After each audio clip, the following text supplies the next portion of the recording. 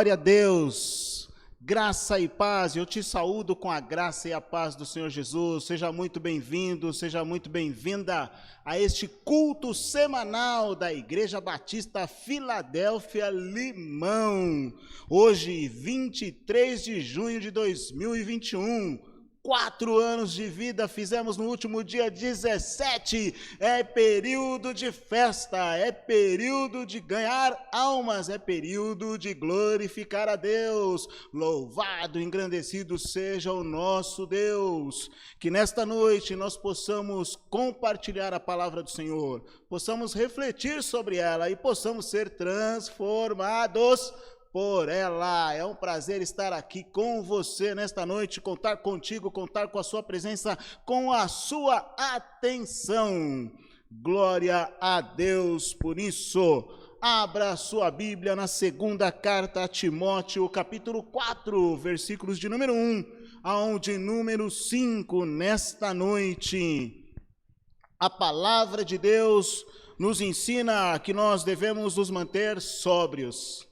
Nós não devemos ter medo de sofrer e devemos desenvolver o chamado para o qual fomos convocados. Exerça o teu ministério até o fim. Até o fim. Segunda carta a Timóteo, capítulo 4, versículos de número 1 ao versículo de número 5. Para que Deus vá falando aos nossos corações, para que cada um de nós possa manter a sobriedade em todas as situações, para que nós não tenhamos medo de sofrer e para que nós possamos trabalhar para anunciar as boas novas e realizar todo o ministério que nos foi confiado. Seja muito bem-vindo, muito bem-vinda a esta noite, que Deus fale ao teu coração.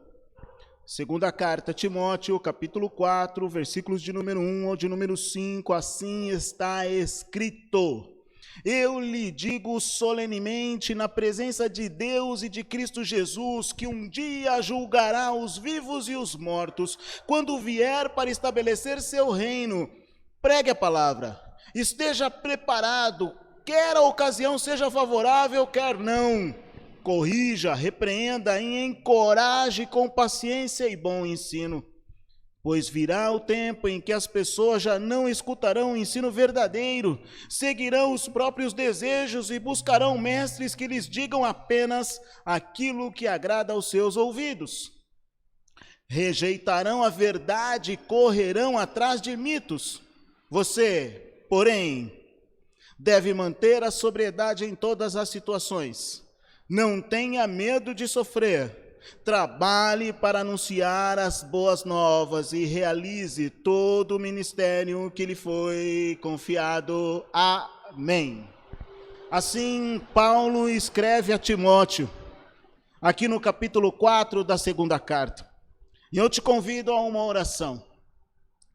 Querido Deus e Pai, santo e amado Senhor, nós nos reunimos nesta noite para te adorar, para ouvir a tua palavra, para aprender do Senhor.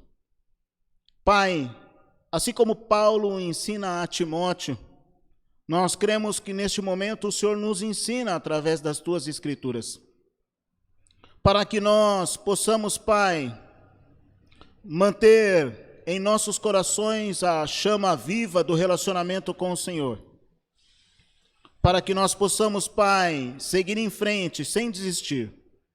Que teu Espírito Santo nos direcione nesta noite.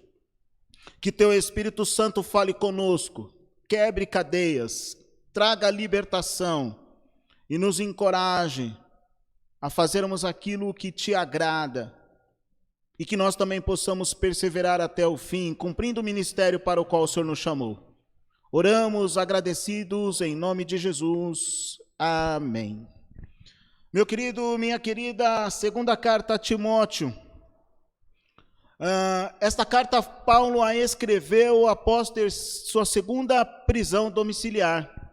Então ele passou por uma prisão, um momento de aprisionamento, depois foi liberado, aí voltou a ser preso. Você pode ver isso em Atos 28, ele foi preso na cidade de Roma, por volta do ano 60, 62 depois de Cristo. Depois ele é liberado desta prisão, e aí vem e escreve então 1 Timóteo e Tito. Tempos depois ele é preso novamente, e aí em Roma de novo, e escreve a segunda carta a Timóteo.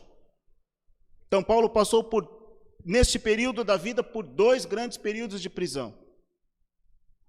Na primeira vez em que foi liberto, escreveu 1 Timóteo e Tito. Foi preso novamente. Depois de um tempo, liberado. E sendo liberado, escreve 2 Timóteo, como podemos ver na própria carta de 2 Timóteo, capítulo 1, versículo 8.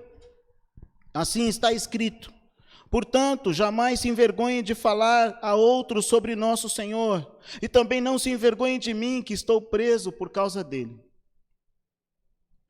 Paulo estava preso por causa do Evangelho, por anunciar Jesus Cristo, por anunciar salvação. Ele foi perseguido e preso, mas mesmo preso, ele se comunica e manifesta a palavra de Deus a Timóteo, à igreja naquela época e a nós hoje.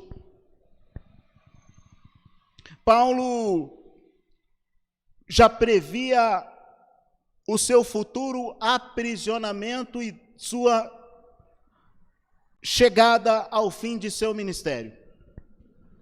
Ele entendia que seu caminho estava chegando, sua caminhada, sua jornada estava chegando ao final. Ele entendia que a distância entre um aprisionamento e outro era um sinal de que seu ministério estava chegando ao fim, de que sua vida seria ceifada, e então ele precisava deixar as coisas organizadas, deixar Timóteo, Tito e os demais seguidores dele do caminho preparados para a sua partida, para a sua despedida. Mas é interessante pensar que, mesmo numa situação tão difícil, mesmo prevendo que seus dias estavam no final, de que seu ministério, de que seu trabalho para o Senhor estava chegando nos últimos tempos, nos últimos dias, Paulo se mantém sóbrio. Paulo se mantém sóbrio. E dá um conselho a Timóteo: você, porém, deve manter a sobriedade em todas as situações. Manter a sobriedade em todas as situações. E aí nos vem à cabeça: o que é sobriedade? O que é sobriedade? Sobriedade é a característica de quem é sóbrio. E se talvez eu ficasse nesta pequena explicação, alguns falariam assim: tá, mas e daí? Não saí do lugar. Então precisamos nos aprofundar nas características de quem é sóbrio.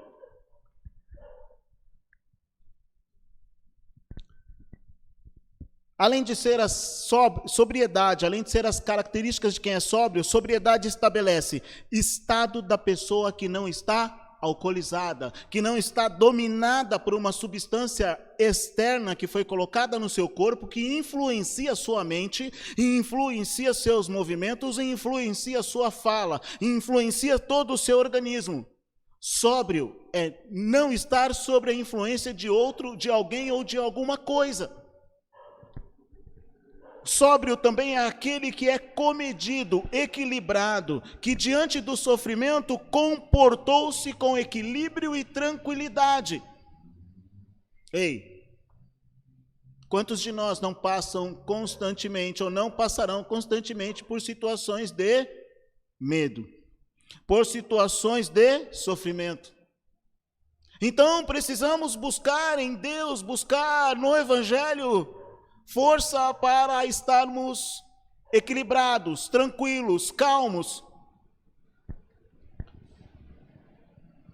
Uma outra definição é modo discreto de se comportar, de falar, discrição na forma de apresentar os sentimentos, porque às vezes estamos com tanto medo que acabamos expressando os nossos sentimentos de uma maneira tão agressiva, tão arrogante, tão desastrosa, que ao invés de acertarmos a situação, acabamos piorando a situação.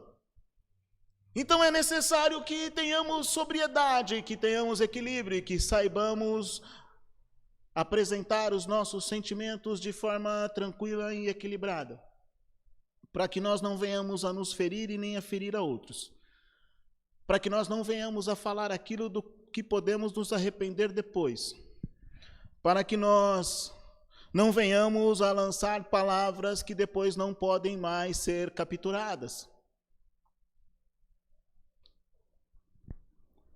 Ser sóbrio também significa aquele ou aquela que não possui artificialidade nem complicação, que vive na naturalidade. E olha, vamos pensar bem, hein? Quantas pessoas complicam situações tão fáceis?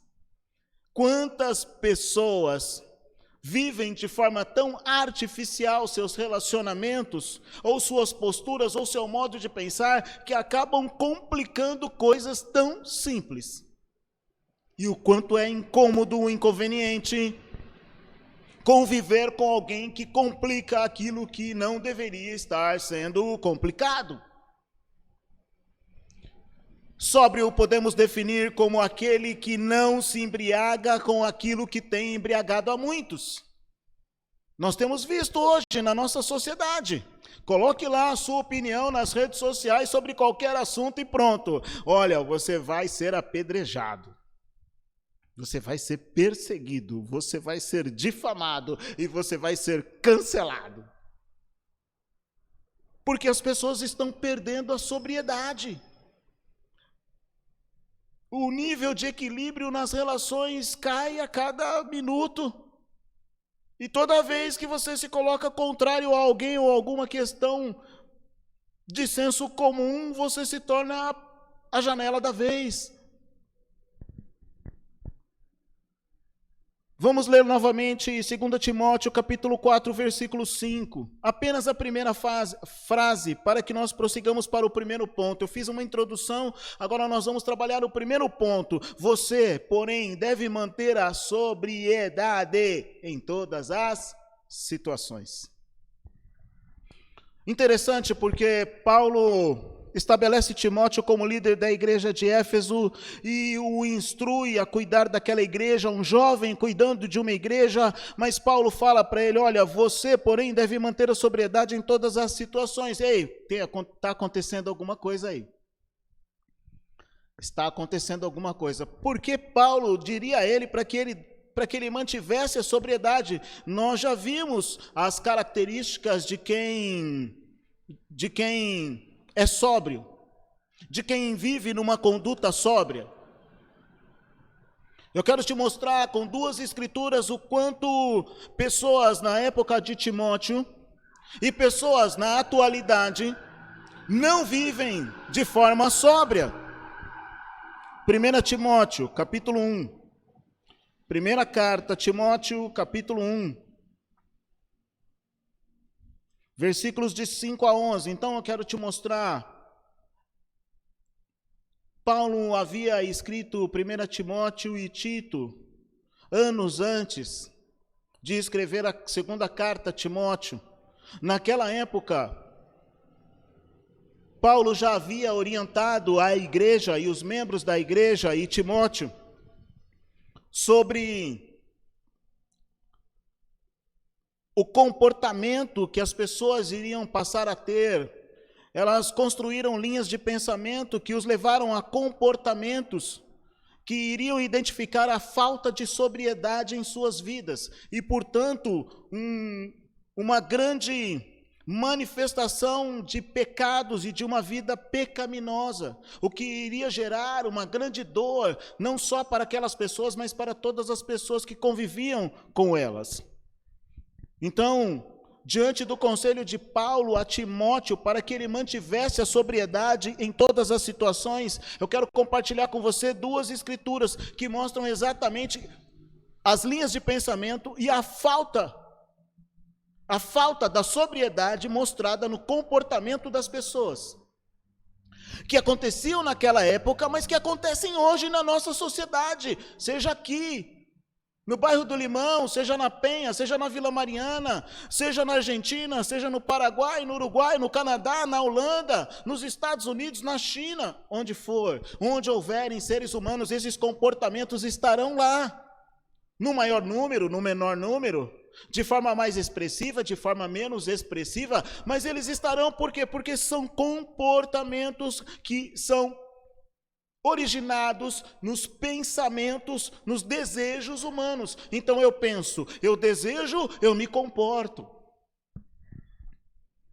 1 Timóteo, capítulo 1, versículos de 5 a 11, assim está escrito: o alvo de minha instrução é o amor que vem de um coração puro, de uma consciência limpa e de uma fé sincera.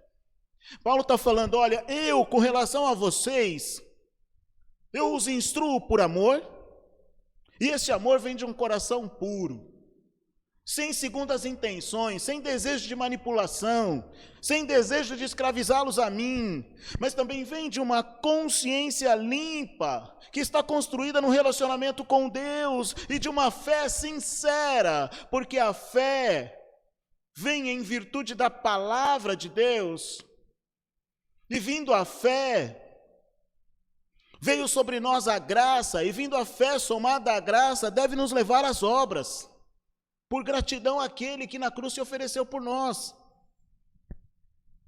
Mas vejamos o comportamento das pessoas, o quanto falta sobriedade. 6. Alguns, porém, se desviaram destas coisas e passam o tempo em discussões inúteis. Primeiro ponto, discussões inúteis. Há coisas que não devem ser parte das nossas discussões, não vale a pena. É inutilidade discutir determinados assuntos. Querem ser conhecidos como mestres da lei, mas não sabem do que estão falando. Não detenho o conhecimento, mas quero mostrar que tenho. E quero mostrar que tenho para abusar do outro, para me sobrepor ao outro. Falam do que não sabem. E falam de forma errada, com a motivação errada. Sabemos que a lei é boa quando usada corretamente, pois a lei não foi criada para os que fazem o que é certo, mas para os transgressores e rebeldes, para os irreverentes e pecadores, para os ímpios e profanos. A lei serve como uma advertência de até onde podemos ir ou de onde não devemos ir, para nos proteger de nós mesmos, porque caso contrário, na nossa irreverência, na nossa rebeldia, na nossa agressividade e no nosso desejo de transgredir, acabamos nos tornando um conjunto, um grupo de rebeldes e de transgressores. E às vezes na nossa irreverência acabamos fazendo uma seleção das pessoas e tratando uns com um certo respeito e destratando outros. Porque é uma tendência no coração humano, há uma tendência no ser humano de valorizar aqueles que contam comigo, de valorizar aqueles que me aceitam, de valorizar aqueles que estão sempre me dizendo sim, mas de me opor àqueles que me dizem não, que se contrapõem a mim. E aí juntamos o nosso desejo ardente de juízo e começamos a selecionar as pessoas de acordo com aquilo que nos agrada, nos tornando transgressores, nos colocamos em oposição a Deus, nos tornando rebeldes, nos envolvemos em situações que não deveriam, nos colocando na posição de irreverentes e, portanto, pecadores.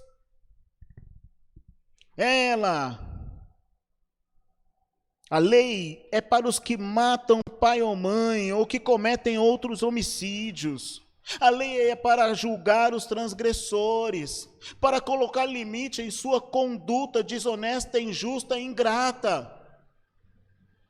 Para os que vivem na imoralidade sexual, para os que praticam a homossexualidade e também para os sequestradores, os mentirosos, os que juram falsamente ou que fazem qualquer outra coisa que contradiga o ensino verdadeiro, que vem das boas novas, gloriosas, confiadas a mim por nosso Deus bendito.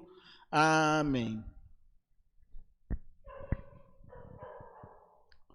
Paulo classifica e mostra que o coração de muitos no corpo de Cristo estava se pervertendo e estas pessoas então estavam se contaminando com linhas de pensamento, com comportamentos que se opunham às boas novas, gloriosas, confiadas, não só a ele, mas a mim e a você hoje, por nosso Deus bendito.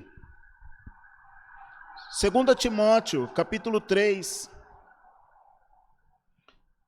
versículos de 1 a 8, uma outra relação de linhas de pensamento e comportamentos que configuram a falta de sobriedade.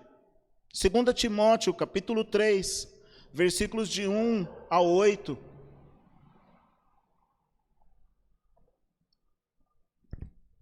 Assim está escrito: saiba que nos últimos dias haverá tempos muito difíceis, porque as pessoas só amarão a si mesmas e ao dinheiro. Serão arrogantes e orgulhosas, zombarão de Deus, desobedecerão a seus pais e serão ingratas e profanas. Não terão afeição, nem perdoarão. Caluniarão outros e não terão autocontrole. Serão cruéis e odiarão o que é bom, trairão os amigos, serão imprudentes e cheios de si, e amarão os prazeres em vez de amar a Deus. Rejeitarão, serão religiosas apenas na aparência, mas rejeitarão o poder capaz de lhes dar a verdadeira devoção. Fique longe de gente assim. Entre tais pessoas há aqueles que se infiltram na casa alheia e conquistam a confiança de mulheres vulneráveis, carregadas de pecados e controladas por todo tipo de desejo. Mulheres que estão sempre em busca de novos ensinos, mas jamais conseguem entender a verdade. Esses mestres se opõem à verdade, como Janes e Jambres se opuseram a Moisés. Têm a mente depravada e sua fé não é autêntica. Contudo, não irão muito longe. Um dia, alguém verá como são insensatos, como aconteceu com Janes e Jambres. Aqui também, em 2 Timóteo, capítulo 3, versículos de 1 a 8, Paulo mostra a Timóteo o comportamento, as linhas de pensamento e o comportamento de uma série de pessoas que nos últimos dias se comportavam de forma totalmente oposta aos ensinamentos de Deus. Ele começa dizendo que nos últimos dias haverá tempos muito difíceis. Eu não sei o que você pensa hoje, dos tempos de hoje. Hoje eu passei um bom tempo lendo a Bíblia, orando, mas eu também tive um tempo para olhar algumas notícias da televisão. Boa parte do tempo em que eu estive diante da televisão, na maior parte do tempo, eu só vi desgraça. É morte, é crime, é violência doméstica, é pai matando filho, é filho matando pai, é homem batendo em mulher, abandono de criança, atropelamento e a pessoa vai embora, não socorre o atropelado, não chama socorro para o atropelado, as pessoas cometendo crimes virtuais, pessoas enganando outras. A violência está crescendo no meio dos seres humanos. Os seres humanos cada vez mais são conduzidos por seus pensamentos limitados, maléficos, por sua natureza terrena, humana, por sua natureza pecaminosa, pelo desejo de sua carne. O dinheiro vale mais que uma amizade, o dinheiro vale mais que uma vida. Pessoas que se agridem, que ao invés de se amarem, se ajudarem. Pessoas que nas suas casas, onde deveriam encontrar paz e segurança, encontram a morte. Ou antes disso, encontram a violência constante. Encontram o destrato, encontram o abandono.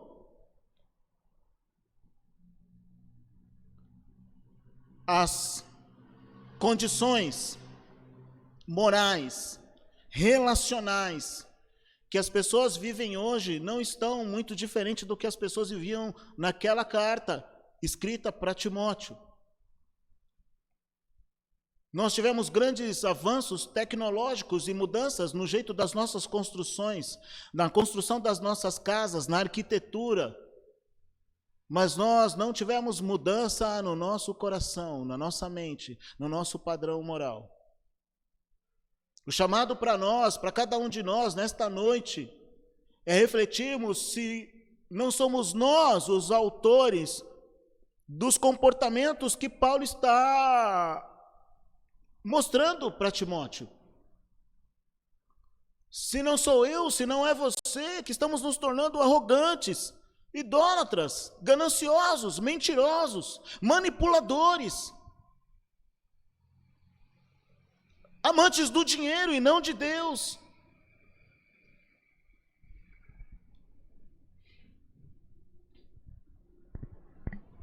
Se não somos nós que somos os que traem os nossos amigos, se não somos nós os que somos imprudentes e cheios de busca por prazeres, ao invés de buscar a Deus, se não somos nós, chamados cristãos, que ao invés de sermos luz na vida de qualquer pessoa que passa por nós, não estamos nós fazendo sombra na luz do sol sobre a vida destas pessoas. Aí eu te digo de novo, com outras palavras, se a nossa relação com Deus não está sendo uma relação superficial, artificial, se ao invés de nós diminuirmos para que Jesus cresça, se nós não estamos querendo crescer para que Ele diminua.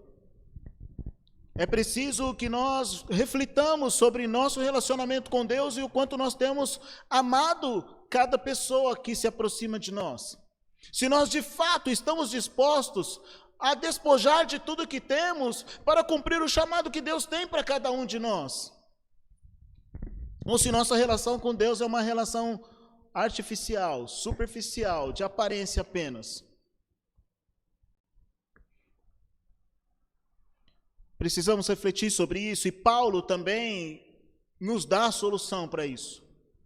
Leve sua Bíblia, abra sua Bíblia em Efésios capítulo 5. Lembre-se, estamos no primeiro ponto. Efésios capítulo 5, versículos de 15 a 20. Efésios capítulo 5, versículos de 15 a 20. Por quê? Porque é preciso uma solução. Paulo aponta os problemas da nossa carnalidade. Paulo aponta os problemas para Timóteo com as pessoas que ele teria que lidar, com a igreja que ele teria que lidar, com a sociedade que ele teria que lidar. Mas Paulo também, lá na carta aos Efésios, ele traz para ele e para nós uma resposta, uma direção. Que nós possamos pegar essa resposta, essa direção, colocá-la no nosso coração, na nossa mente, guardá-lo e executá-la a cada dia.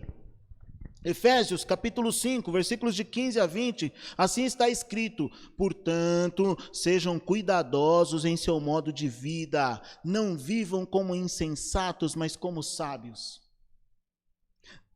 Aproveitem ao máximo todas as oportunidades nestes dias maus.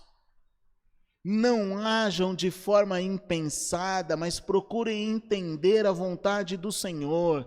Não se embriaguem com vinho, pois ele os levará ao descontrole. Em vez disso, sejam cheios do Espírito Santo, cantando hinos, salmos e cânticos espirituais entre si e louvando o Senhor de coração com música. Por tudo, deem graças a Deus, o Pai, em nome de nosso Senhor Jesus Cristo. Meu querido, minha querida, primeira coisa que nós devemos buscar e nós devemos apresentar em nome de Jesus a toda e qualquer pessoa, um modo de vida equilibrado e cheio de autocontrole, cheio de descrição no modo de falar e no modo de demonstrar os nossos sentimentos. A sociedade mundial atravessa dias maus em todos os sentidos. No versículo 16, isso fica claro: aproveite ao máximo todas as oportunidades nesses dias maus. Como é que está a sociedade atual? Está tudo em paz, todo mundo tem vacina, todo mundo tem assistência médica, não há crimes acontecendo nas ruas, você pode deixar o seu carro, a sua moto, a porta da sua casa aberta, que ninguém vai fazer nada. Não, estamos diante de dias maus. Pessoas de idade são maltratadas, crianças são violentadas, mulheres não têm segurança nas suas próprias casas, entre seus familiares. Vivemos dias maus. No entanto, nós devemos viver como pessoas sábias, aproveitando ao máximo todas as oportunidades, do que de nos gloriar, não, de apresentarmos Jesus Cristo às pessoas, de sermos o evangelho vivo. No versículo 18 ele nos diz: não se embriaguem com vinho, pois ele os levará ao descontrole. Não permita que algo externo, e o vinho pode ser simbolizado aqui por várias outras coisas, por sexo fora do casamento, por drogas, por atos de violência. Não permita que as coisas externas, fora da relação de Deus, te embriaguem, te entorpeçam, te levem a uma condição de insobriedade, ou de falta de sobriedade. Mas antes, vamos nos encher do Espírito Santo. E como? Relacionando-nos com a palavra de Deus, relacionando-nos com Deus, através de nossas orações, de nossas petições, de jejum, usando as armas espirituais, para que nós possamos então anunciar Jesus Cristo através das nossas vidas, dos nossos relacionamentos, do nosso trabalho, da nossa conduta, da nossa amizade, da forma como acolhemos as pessoas. E nós devemos cantar salmos, hinos, cânticos espirituais entre si, sempre louvando e adorando o nosso Deus. Eu também quero ler uma outra passagem para você que tem tudo a ver com essa questão de sermos sóbrios, de andarmos na sobriedade, que é 1 Timóteo, capítulo 2, versículos de 1 a 4, onde está escrito: em primeiro lugar, recomendo que sejam feitas petições, orações, intercessões e ação de graças em favor de todos. Ei, o que você falou aí, Paulo? O que você escreveu? Em favor de todos? Todos? Não, mas tem gente que eu não quero orar, não, Paulo. Tem gente que eu não quero colocar na minha lista de oração. Pai, Paulo, não faz isso comigo. Mas a palavra de Deus diz: em primeiro lugar, recomendo que sejam feitas petições, orações, intercessões e ação de graça em favor de todos, em favor dos reis e de todos que exercem autoridade, para que tenhamos uma vida pacífica e tranquila, caracterizada por devoção e dignidade. Sabe por quê? Porque quando nos submetemos a fazer petições, orações, intercessões e darmos graça, agradecermos, nós nos submetemos a Deus.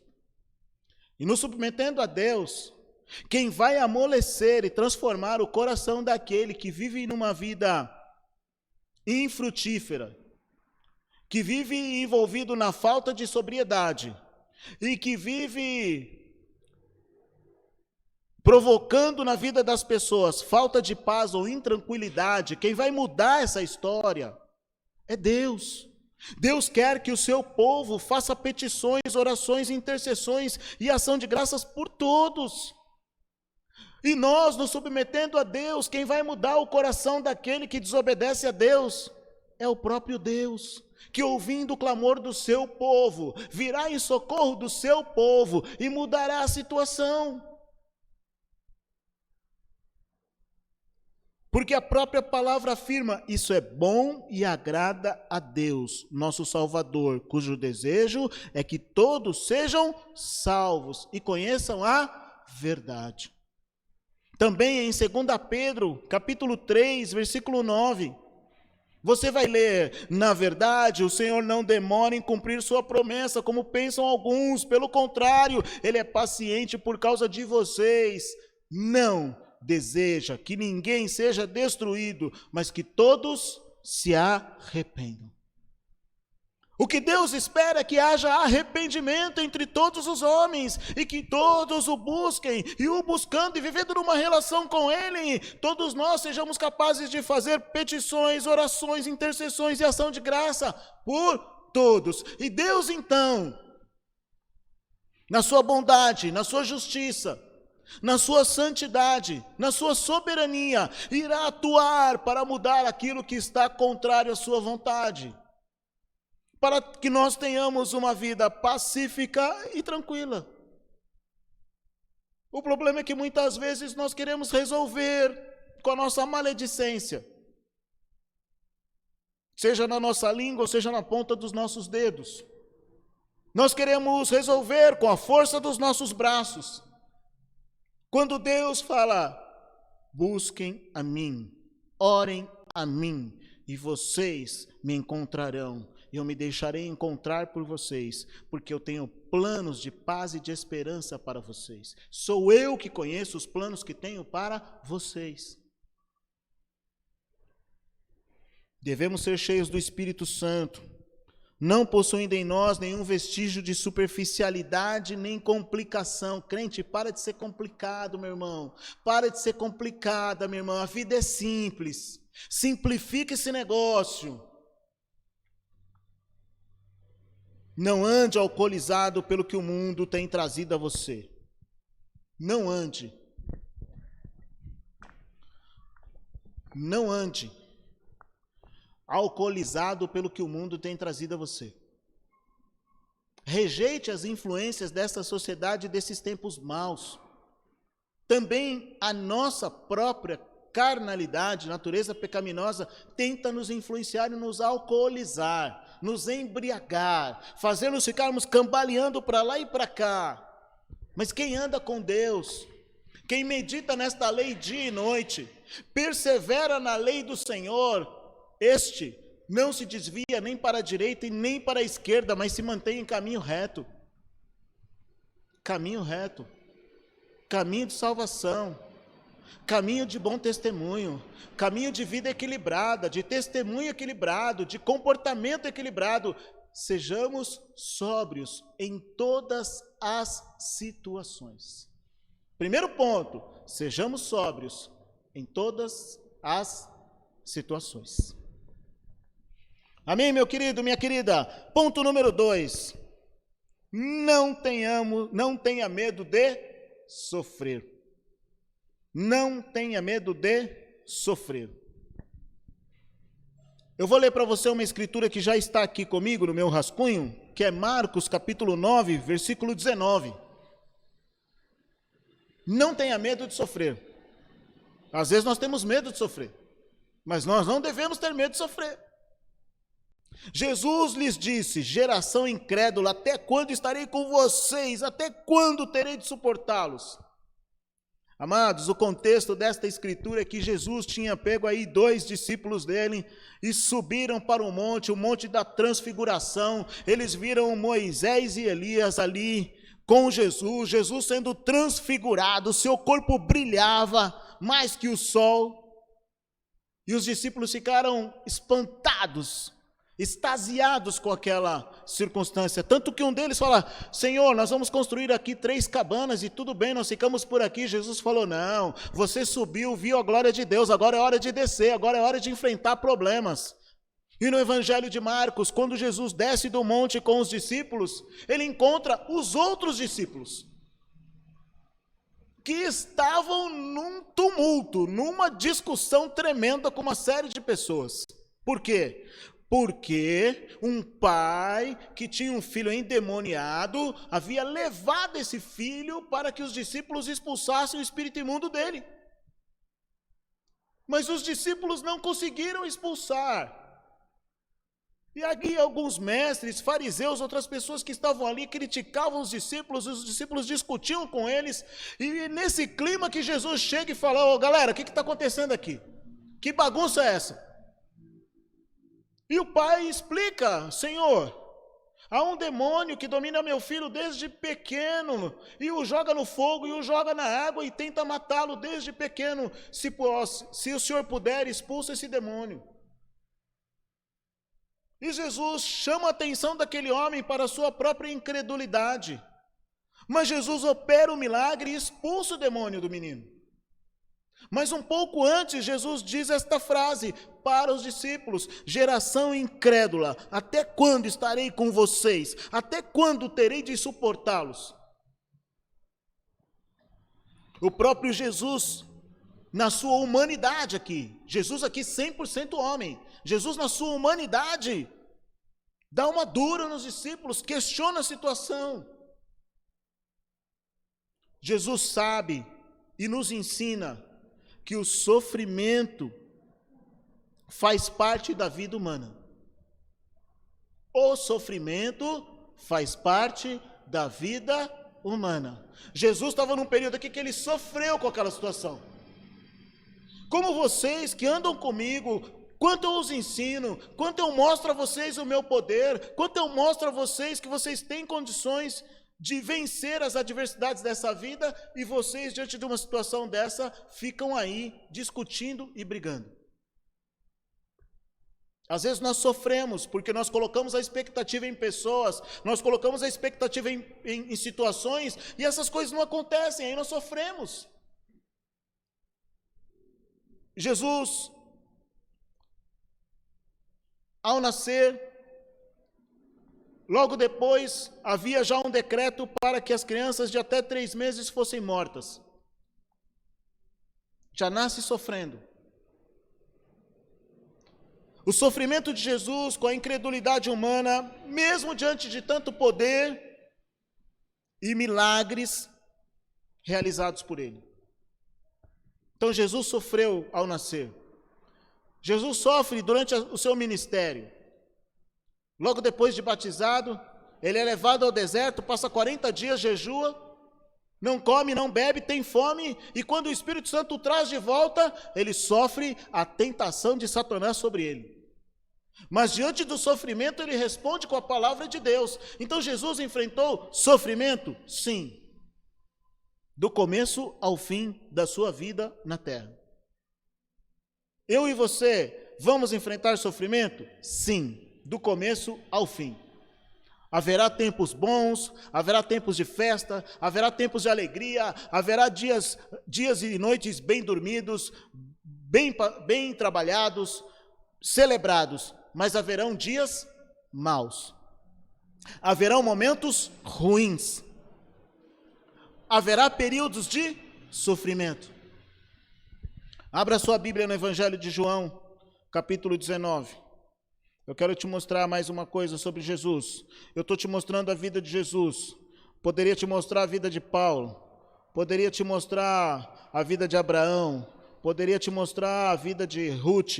Poderia te mostrar a vida de Esther. Poderia te mostrar a vida de Samuel. Todo e qualquer personagem bíblico passou por momentos de sofrimento. Todos os discípulos de Jesus passaram e encerraram sua vida em sofrimento. Eu estou dizendo que a nossa vida vai ser só sofrimento? Não, eu estou dizendo que a nossa vida vai ter momentos bons e vai ter momentos de sofrimento. E nos momentos de sofrimento e nos momentos bons, eu preciso ter equilíbrio, eu preciso ter sobriedade e eu não devo temer os momentos de sofrimento. Porque eles são parte da vida. E se eles são parte da vida, eu não devo temê-los. Pois há um Deus que nos ama, que cuida de nós e que nos cela com seu Espírito Santo e que passa por esses momentos de sofrimento conosco, comigo e com você. Ele passa juntinho conosco, juntinho. Juntinho. E se ele passa comigo e com você, porque ele conhece o sofrimento humano mais do que nós, ele está disposto a cuidar de nós durante o período de sofrimento. Por isso nós precisamos ter fé nele. Por isso nós precisamos depositar a nossa confiança nele. E nós precisamos então confiar na palavra. E crendo na palavra, nós passaremos pelo momento de sofrimento. Sim, posso chorar, eu posso tremer, eu posso perder a fome, eu posso perder o sono, mas não perderei a esperança, pois há promessa de vitória para todos nós diante do sofrimento humano. Deus é maior que o sofrimento humano. Deus controla e pode me dar vitória em qualquer situação de sofrimento. Então eu preciso estar centrado nele. Eu não posso tirar os olhos de Deus. Não posso tirar os olhos de Jesus. João 19, de 1 a 6, assim está escrito: então Pilatos mandou açoitar Jesus. Os soldados fizeram uma coroa de espinhos e a colocaram em sua cabeça, e depois puseram nele um manto vermelho. Zombavam dele, dizendo: salve, rei dos judeus, e batiam em seu rosto. Pilatos saiu outra vez e disse ao povo: agora vou trazê-lo aqui para vocês, mas o que fique bem claro, eu o considero inocente. Então Jesus saiu com a coroa de espinhos e o manto vermelho. Vejam, aqui está o homem, disse Pilatos. Quando os principais sacerdotes e os guardas do templo viram, começaram a gritar: crucifique-o, crucifique-o, crucifique-o. Sofrimento de Jesus por nós. Jesus sofreu por mim e por você. Ele não cometeu pecados. Ele não merecia estar na cruz. Não fez nada para que a cruz fosse o lugar dele, a não ser obedecer o plano de Deus de oferecer o seu Filho unigênito para que todo aquele que nele crê não pereça, mas tenha vida e vida eterna. Vários sofrimentos físicos de Jesus são vistos aqui. A coroa de espinhos, estava eu fazendo uma pesquisa sobre a coroa de espinhos, e olha o que eu encontrei. De acordo com a planta que eles tiraram a coroa de espinhos, cada espinho podia ter 30 centímetros de comprimento. Imagina um espinho desse na cabeça? 30 centímetros de comprimento. Ele sofreu socos em seu rosto dos soldados romanos. O manto em suas costas, que com suas costas dilaceradas era tirado, e isso arrancava carne e pele junto. A ingratidão nos gritos de crucifique-o, crucifique-o, trocando-o por Barrabás. Na carta aos Romanos, capítulo 5, versículo 1, nós lemos: portanto, uma vez que pela fé fomos declarados justos, temos paz com Deus por causa daquilo que Cristo, nosso Senhor, fez por nós. Os sofrimentos, as tentações e provações fazem parte da jornada humana, assim como fizeram parte da vida de nosso Senhor e Salvador. Ele as venceu e nos chama a vencê-la também. Não tenha medo do sofrimento, mas confie em Deus, confie em Cristo, porque eles pagaram um alto preço por mim e por você, e eles atravessam o período de sofrimento junto conosco. E o terceiro e último ponto: trabalhe para anunciar as boas novas e realize todo o ministério que lhe foi confiado. Leve sua Bíblia para a segunda carta a Timóteo, capítulo 4, versículos de 2 a 4, caminhando para o encerramento. 2 Timóteo, capítulo 4, versículos de 2 a 4, assim está escrito: o conselho de Paulo a Timóteo: pregue a palavra, esteja preparado, quer a ocasião seja favorável, quer não.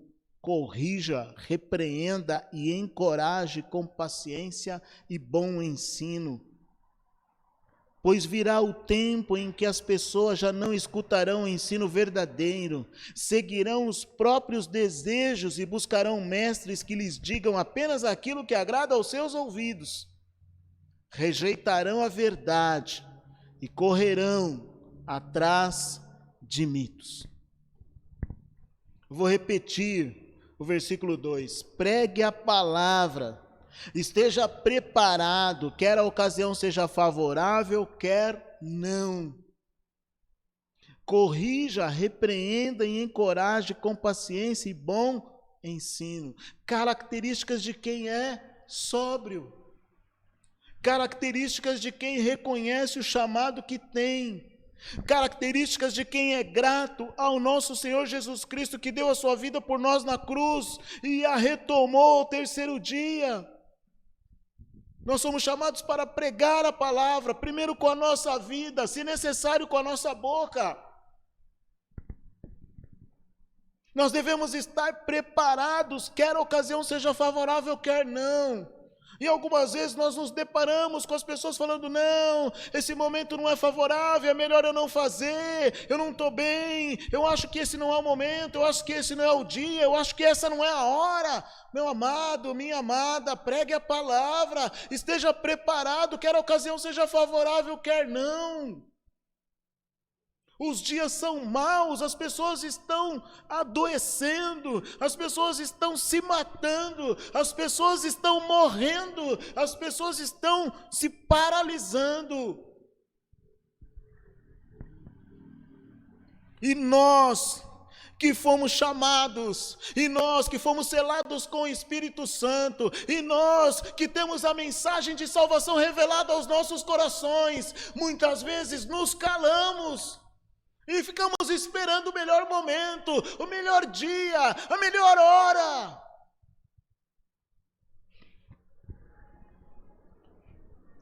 Se Jesus resolvesse não ir para a cruz para esperar o melhor momento,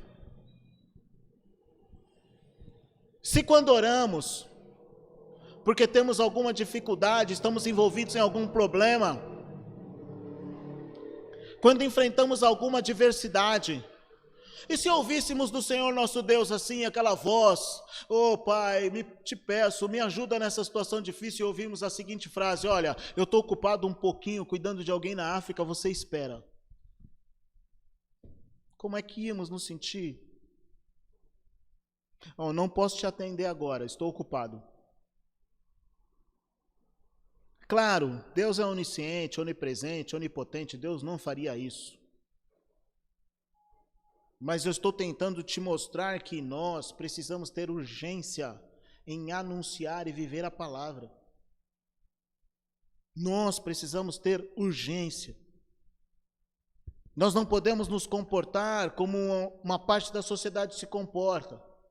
Quando alguém perde o ente querido, envolvido numa injustiça, as pessoas vão para as ruas, vão para a televisão, as pessoas fazem movimento, mas fazem movimento depois que a dor chega, depois que o ladrão arromba a janela, depois que se perdem as coisas. E nós já fomos tirados das trevas e trazidos para a luz. Nós estamos no ambiente celestial com o Pai, nós temos a promessa do Senhor, as promessas do Senhor. Nós temos a capacidade de entendimento da sua palavra e de explicação da sua palavra para outros. Nós precisamos ser mais urgentes, pregando a palavra. Esteja preparado, quer a ocasião seja favorável, quer não. Nós devemos estar preparados. Caso contrário,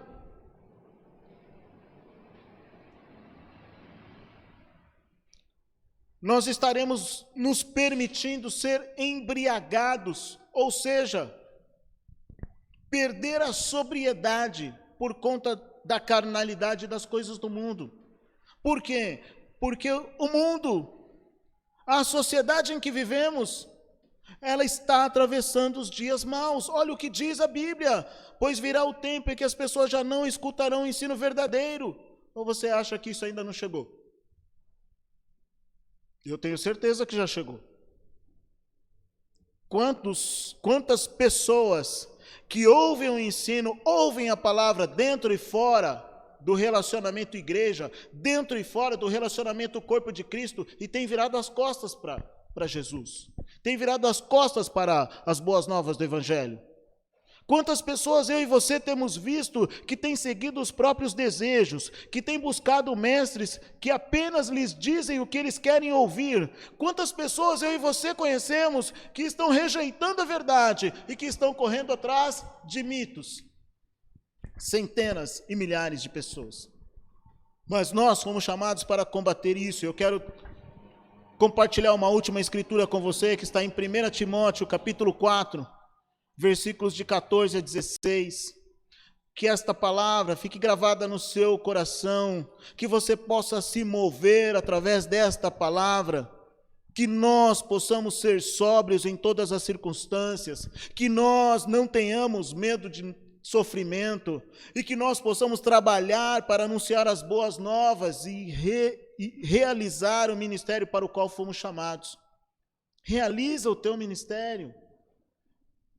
Clama a Deus, pergunta que dons você recebeu, exerce teus dons no corpo de Cristo e fora dele. Anuncia a palavra, anuncia a salvação. 1 Timóteo, capítulo 4, versículos de 14 a 16, assim está escrito: não descuide do dom que recebeu por meio de profecia, quando os presbíteros impuseram as mãos sobre você.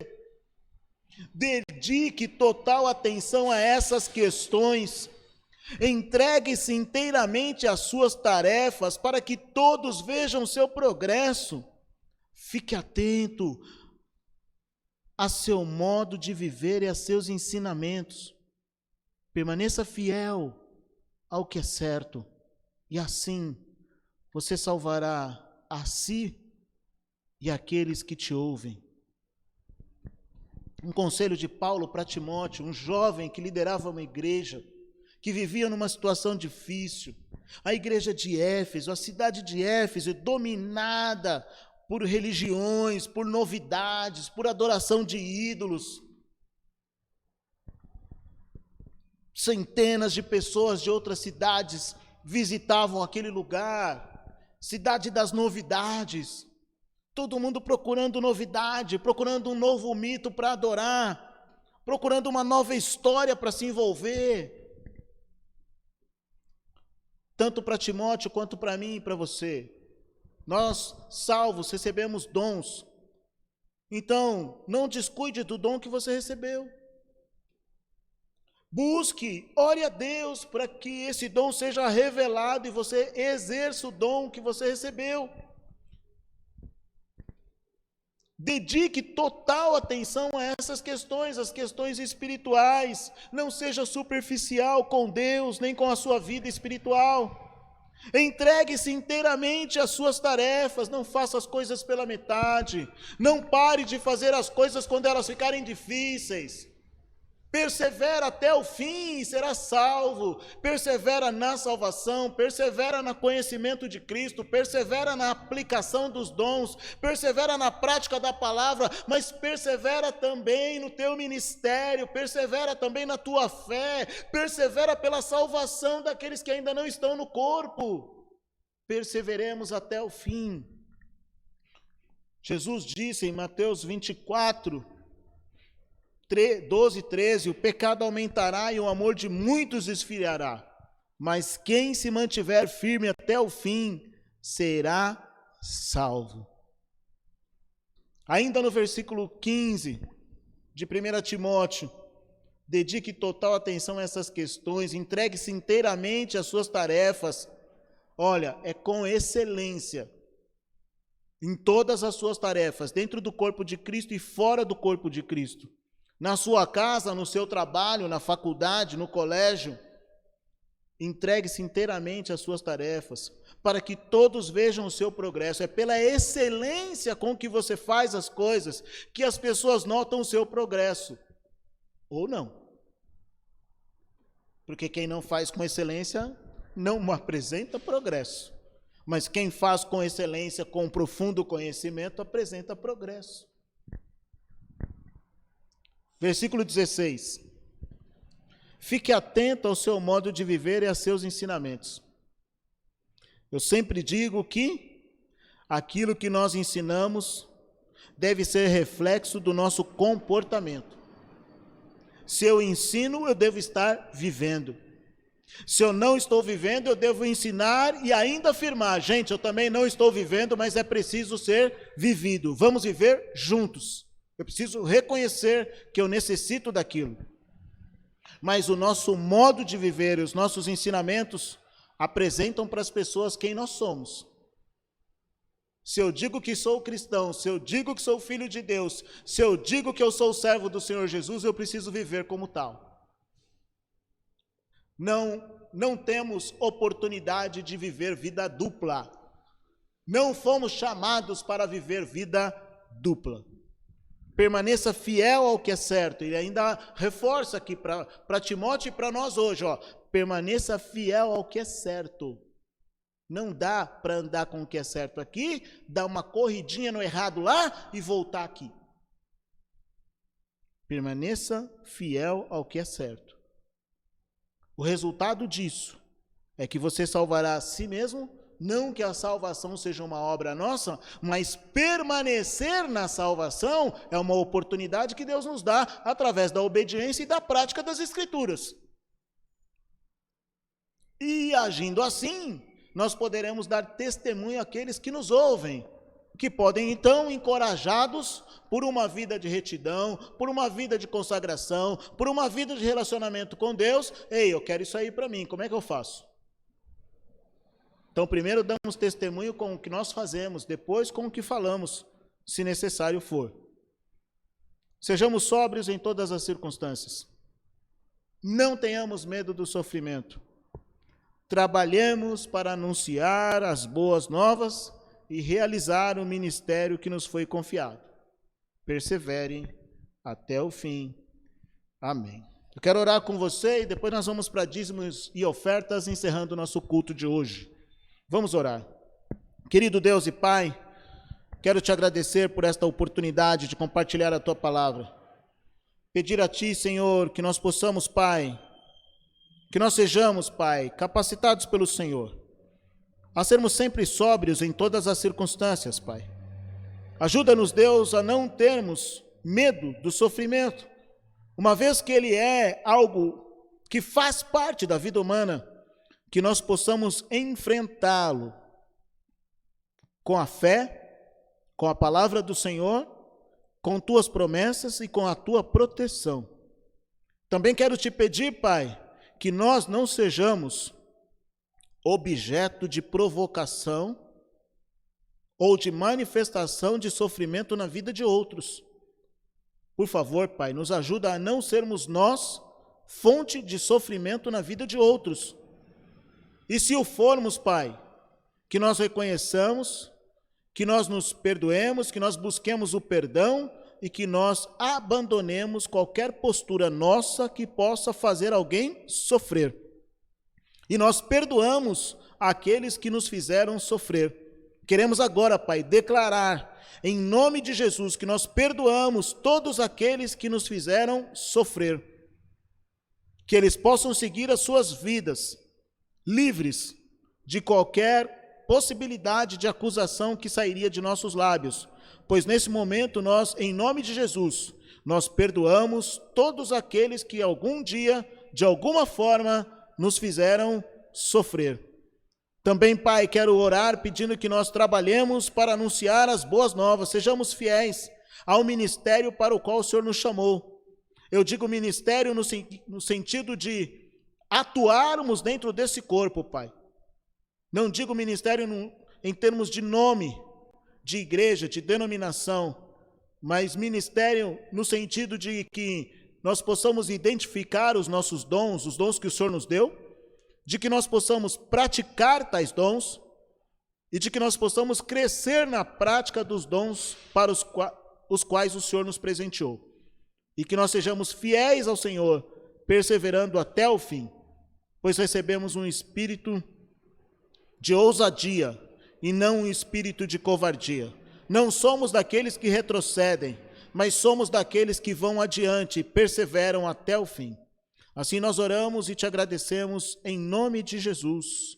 Amém.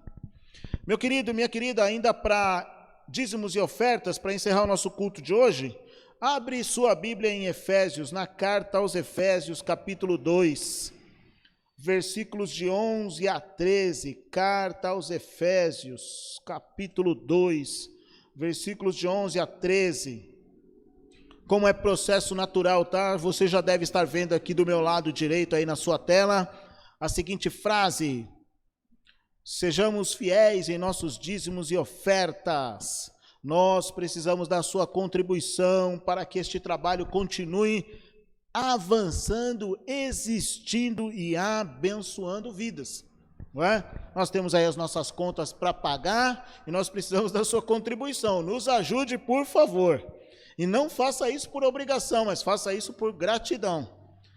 Você deve estar vendo aqui na parte de baixo do seu vídeo o número da conta, a agência, a chave Pix, que é o nosso CNPJ. Amém? Efésios capítulo 2, versículos de 11 a 13, assim está escrito: não esqueçam que vocês, gentios, eram chamados de incircuncidados pelos judeus, que se orgulhavam da circuncisão, embora ela fosse apenas um ritual exterior e humano.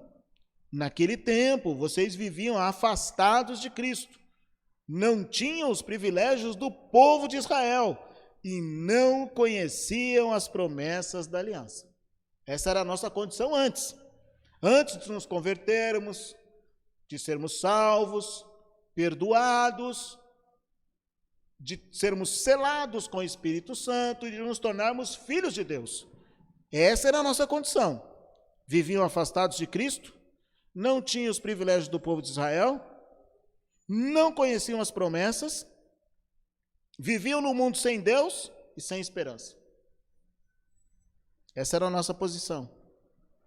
E ainda mais, antigamente estavam distantes de Deus, mas agora, por conta daquilo que Cristo fez na cruz do Calvário, por conta do seu sacrifício, da sua morte, da sua ressurreição, fomos trazidos para perto dele por meio do sangue de Cristo. E só o versículo 14 inicial: porque Cristo é nossa paz. Amém? Que você seja dizimista ou ofertante na casa do Senhor por gratidão ao que Jesus fez por ti na cruz do Calvário, em sua ressurreição ao terceiro dia, pelas promessas e pelo amor que Ele depositou sobre a sua vida. Que sua oferta ou seu dízimo seja fruto de gratidão, meu irmão, fruto de gratidão. Apenas isso, pelo que Ele já fez. Lembre-se de quem você era, lembre-se de quem você é hoje. Amém? Vamos orar por dízimos e ofertas. Pai querido, Pai amado, nós te louvamos e te bendizemos. Pedimos, Pai, que cada um dos membros desta igreja permaneçam fiéis. Que cada um deles, Pai, seja fiel no seu dízimo, na sua oferta, conforme já decidiu em seu coração. Pois cada um é livre, Pai, para contribuir com aquilo que decidiu e se propôs com o Senhor. Assim, Pai, nós te bendizemos. Nós agradecemos pela oportunidade de sermos também participantes com os valores que decidimos, Pai, sermos participantes do Teu reino, mantermos esta casa aberta, mantermos os equipamentos funcionando, Pai, sermos bons pagadores para o aluguel, para a água, para a luz, para as coisas que compramos mês a mês, Pai. Que o nome da Tua igreja, Pai, não seja difamado, mas que nós possamos ser, Pai, uma igreja que cuida, que paga e que acerta tudo que tem mensalmente dentro dos dias estabelecidos, conforme combinado em contrato. E que nós assim possamos dar um excelente testemunho. Que também, Pai, nós possamos ter um pouco a mais para abençoar vidas como temos feito. para a tua honra, para a tua glória, vidas têm sido abençoadas por meio deste povo, e que nós possamos continuar assim. Oramos, Pai, agradecidos. Pedimos, Pai, que o Senhor derrame da tua paz sobre o mundo, sobre a sociedade mundial, pois ela passa por um período de extrema dificuldade. Oramos pedindo a tua bênção sobre a vida daqueles que se encontram internados, seja por Covid, seja por qualquer outra doença. Oramos por aqueles que se encontram adoentados, mesmo em casa, ou alguns que estão adoentados e trabalham. Pai, derrama cura, derrama paz, derrama novidade de vida. Assim nós oramos, agradecidos, em nome de Jesus. Amém. Amém, meu querido, minha querida, uma ótima noite para você. Eu vou impetrar a bênção, espero que você tenha se concentrado na palavra de Deus e que ela tenha alcançado o teu coração. Domingo, às 10 horas da manhã, estaremos aqui para o nosso culto de domingo, culto da família, ok? Domingo, às 10 horas da manhã. Eu tenho um recadinho para você. Eu peço que você nos siga nas nossas redes sociais. IBF Limão no Facebook, no Instagram, @IBF_Limão e no YouTube, IBF Limão. Siga, curta, inscreva-se e compartilhe. Vamos orar e eu vou impetrar a bênção, tá bom? Pai querido, Pai amado, te louvamos, te bendizemos, te agradecemos por esta noite. Sê conosco em todo o tempo e continua, Pai, nos protegendo, que possamos crescer. Que possamos, Pai, te adorar e te bendizer. Que a graça e a paz do Senhor estejam com todos em todo o tempo. Assim nós oramos e agradecemos em nome de Jesus. Amém. Te espero no domingo. Um abraço.